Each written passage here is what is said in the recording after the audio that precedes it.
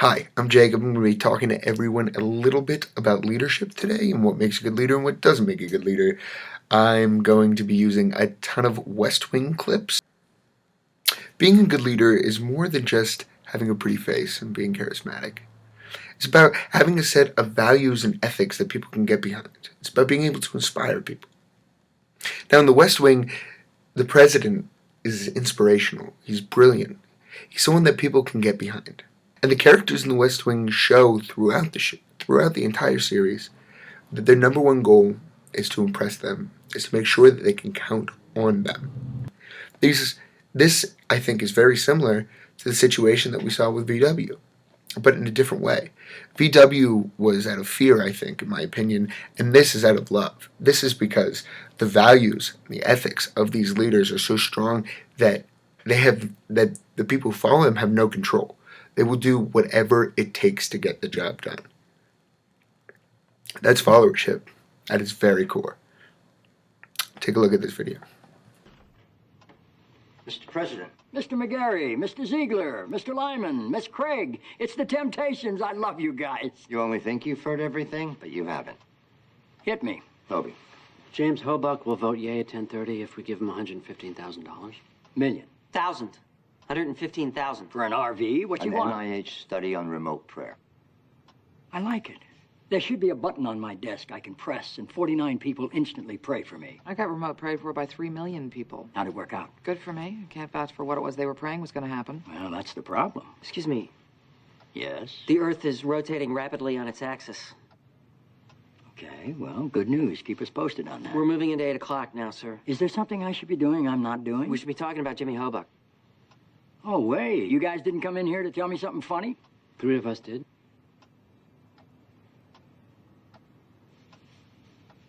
You are the wild card, my friend, because you... Sir? Because you will throw out the baby, the bathwater, and the bubbles at curtain time if it means... Excuse me, sir. Feel free to interrupt. Do you think, Mr. President, the people who get this money care about an NIH study? I don't care if they care. I care. And oh, by the way, so do you. 115,000 is what Commerce spends on Post-its. Toby. Threats to civil liberties only ever come a few dollars at a time. It's a medical study. The nuclear test ban treaty doesn't prohibit radiation therapy. Sufi Muslims, Orthodox Jews, Indians, shamans. The study says it works with everybody, so it's not promoting Christianity. Well, in my faith, we've known it's worked for 2,000 years. I never knew there was data available, but okay. Anything else, sir? No. Thank you, Mr. President. Thank you, sir. Maxine. That's you.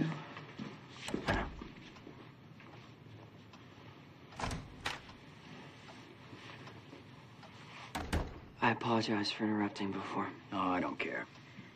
But what I was going to say I'll was... toss it all overboard if it means winning, and I think that's not true, and I'd ask you to support that with evidence.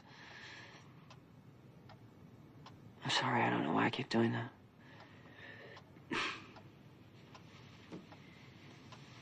You're not willing to toss it overboard to win. You're willing to toss it overboard to avoid disappointing Leo. You know what the difference is between you and me? I want to be the guy. You want to be the guy counts on.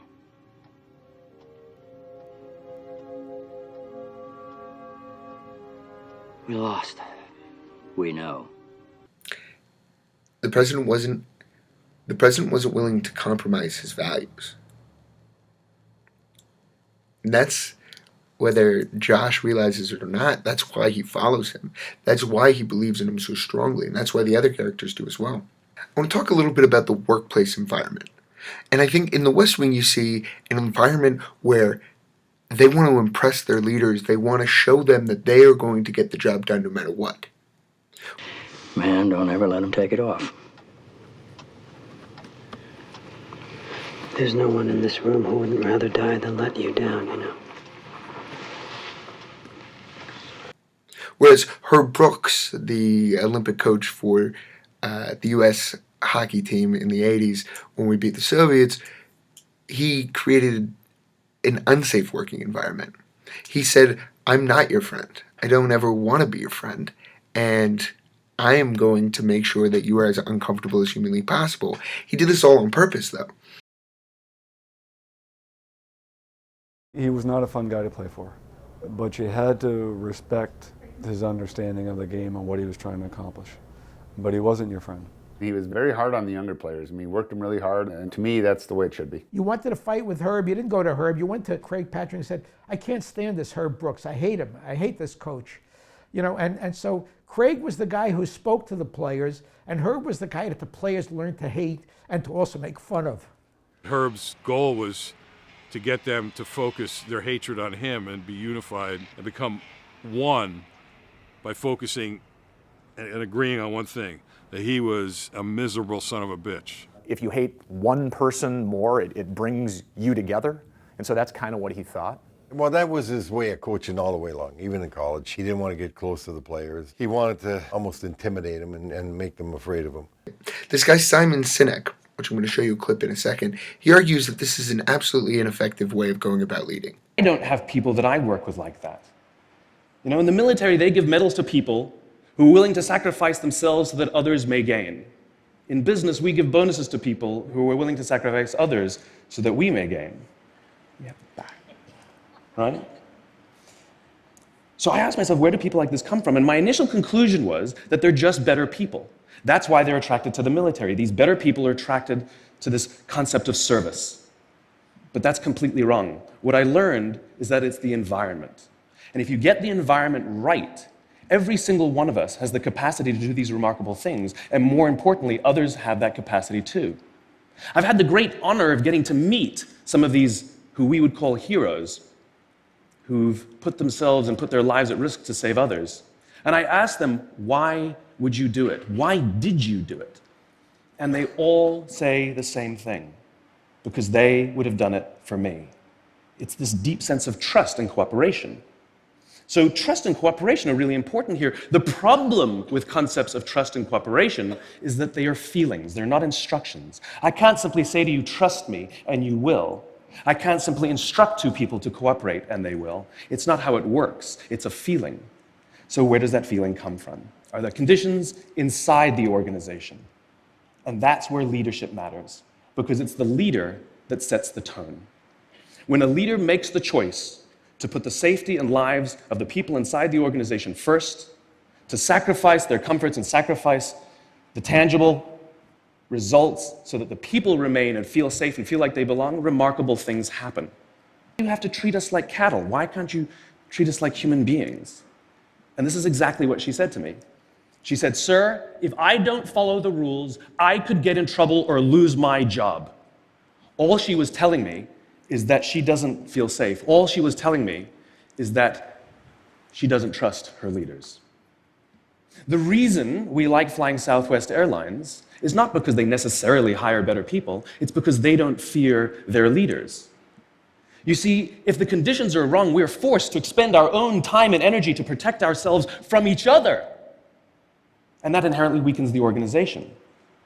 When we feel safe inside the organization, we will naturally combine our talents and our strengths and work tirelessly to face the dangers outside and seize the opportunities. The closest analogy I can give to what a great leader is like being a parent.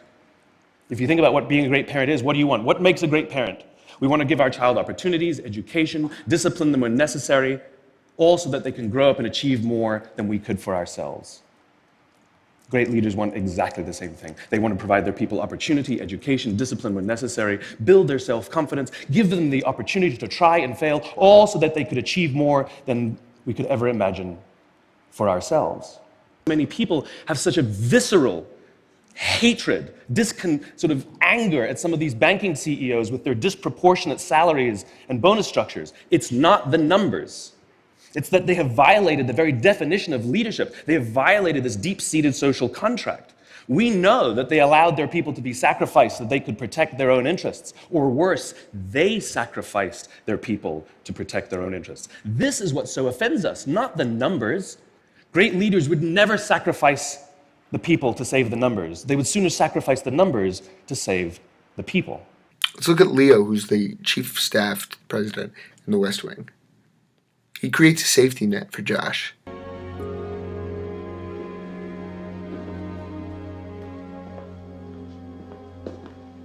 How'd it go? Did you wait around for me? How'd it go? He thinks I may have an eating disorder. Josh. And fear of rectangles. That's not weird, is it? I didn't cut my hand on a glass.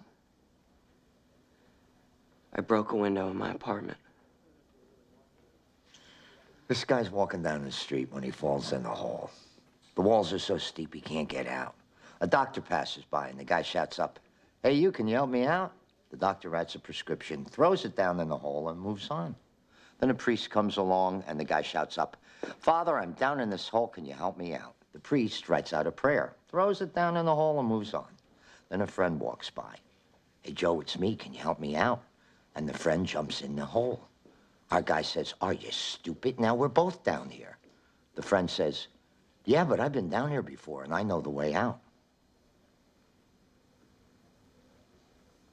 Long as I got a job, you got a job, you understand?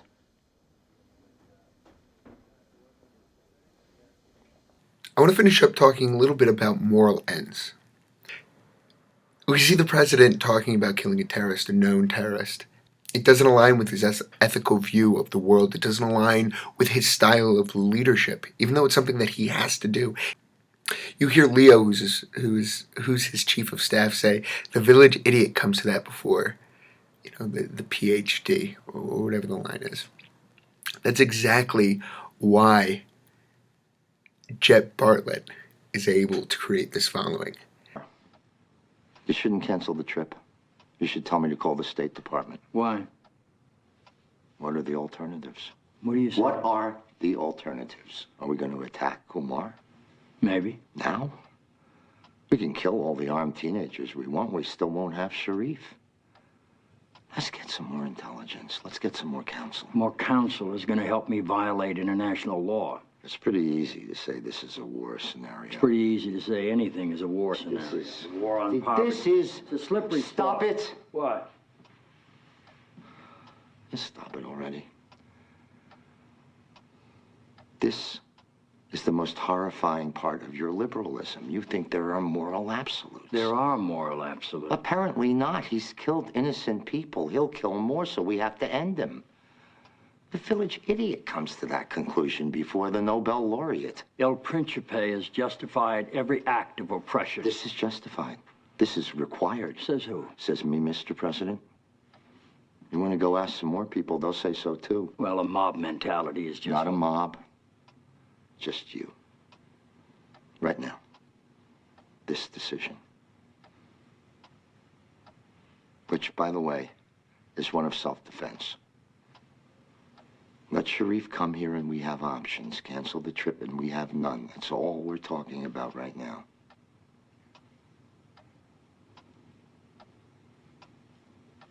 There are moral absolutes.